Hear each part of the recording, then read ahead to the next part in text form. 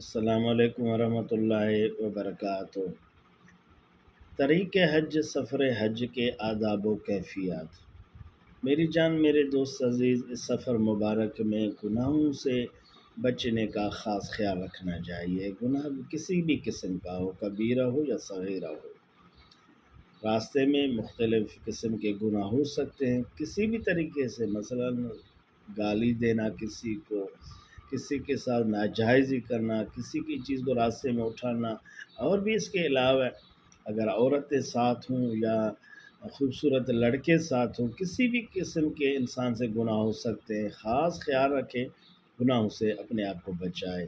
اگر اس سفر میں گناہ سے آدمی اپنے کو نہیں بچا سکتا، پھر وہ حاجی خود فیصلہ کر لے کہ پھر کب اپنے آپ کو بچا سکتا ہے۔ اور اس سفر مبارک میں نمازوں کا خیال رکھنا چاہیے، وقت پر ادا کرنا چاہیے۔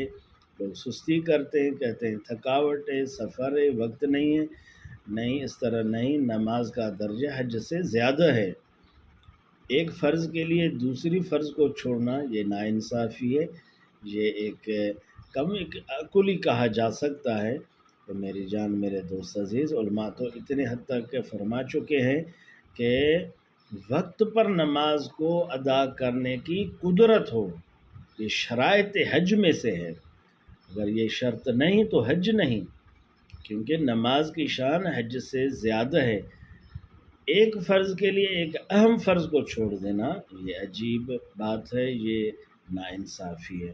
میری جان، میرے دوست عزیز، اس سفر میں جو بھی تکلیف ملے، مشقتیں ملے، دل سے، بہادری سے، ظاہر ایک سفر ہے، بہادری سے اٹھانا چاہیے۔ اللہ کی بارگاہ میں یہی امید رکھنا چاہیے کہ انشاءاللہ میری جو یہ اعمال ہیں یا یہ سفر ہیں، تو اس سفر میں جتنے ذکر ہیں، فکر ہیں، تسبیح ہے، تحمید ہے، تحلیل ہے، پڑھنا چاہیے، درود شریف پڑھنا چاہیے، انشاءاللہ اللہ کی بارگاہ میں قبول ہے۔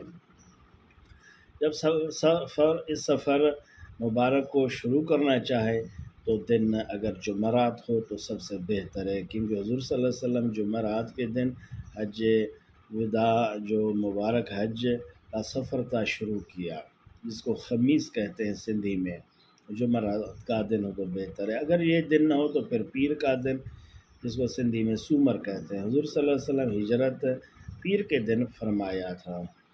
تو میری جان، اگر پیر کا دن نہ ہو تو پھر جمعہ کی صبح نماز پڑھنے کے بعد یہ سفر جاری رکھے تو بھی بہتر ہے، لیکن سب سے بہتر جمعرات کا دن سب سے بہتر ہے۔ اور اس سفر مبارک کو شروع کرنے سے پہلے گھر میں 2 رکعت نماز پڑھے، الحمد کے بعد سورۃ قل یا ایھا الکافرون پہلی رکعت میں پڑھے، دوسری رکعت میں الحمد کے بعد قل ھو اللہ احد پڑھے۔ اس کے بعد اپنے گھر سے نکلتے وقت سورۃ انا انزلناہ فی لیلۃ القدر پڑھنا شروع کرے۔ اپنے محلے کے قریب مسجد میں آئے، جو محلے میں جو مسجد ہے اس میں آئے، وہاں پہ بھی 2 رکعت نماز پڑھے۔ وہاں سے پھر کچھ خیرات کرنے نکلتے وقت علامہ شیخ کرمانی فرماتے ہیں اگر 7 لوگوں تک مختصر پیسے ہوں یا کچھ صدقہ ہو کسی قسم کا، اگر 7 لوگوں تک ان کو پہنچائیں تو سب سے بہتر ہے۔ سب لوگوں سے مصافحہ کریں، ان کے رشتہ دار ہیں، ان کے اقربا ہیں، اہل و عیال ہیں، عزیز و اقارب ہیں، پڑوس ہیں، دوست عزیز ہیں، سب سے مصافحہ کریں۔ لوگ انہیں کہیں کہ ہمیں وہاں پہ آپ اپنے دعا میں یاد رکھنا، ہمیں دعاؤں میں مت بھلانا، ہر موڑ پہ ہمیں یاد رکھنا۔ پھر یہی عازم جو حج ہے، جو حج پہ جا رہا ہے، جب ان کی واپسی ہو تو پھر یہ لوگ ان کے پاس آئیں۔ جاتے وقت یہ عازم حج جو حج پہ جا رہا ہے، یہ لوگوں کے پاس جائے، ان کو مصافحہ کرے، ان سے دعا مانگے، یا مجھے اجازت دیں، میرے سب کچھ مجھ پہ جو آپ کے حقوق ہے معاف کریں، مجھے دعا کریں، اللہ میرے حج کو قبول کرے، ادب سے مجھے رکھے۔ جب یہ حاجی واپس ہو تو پھر لوگ ان کے پاس آئیں، اب ان کی زیارت کریں، ان سے مصافحہ کریں، ان سے اپنے آپ کے لیے دعا کروائیں، کیونکہ یہ اللہ کے گھر کو حج کی سعادت حاصل کر کے آئے ہیں۔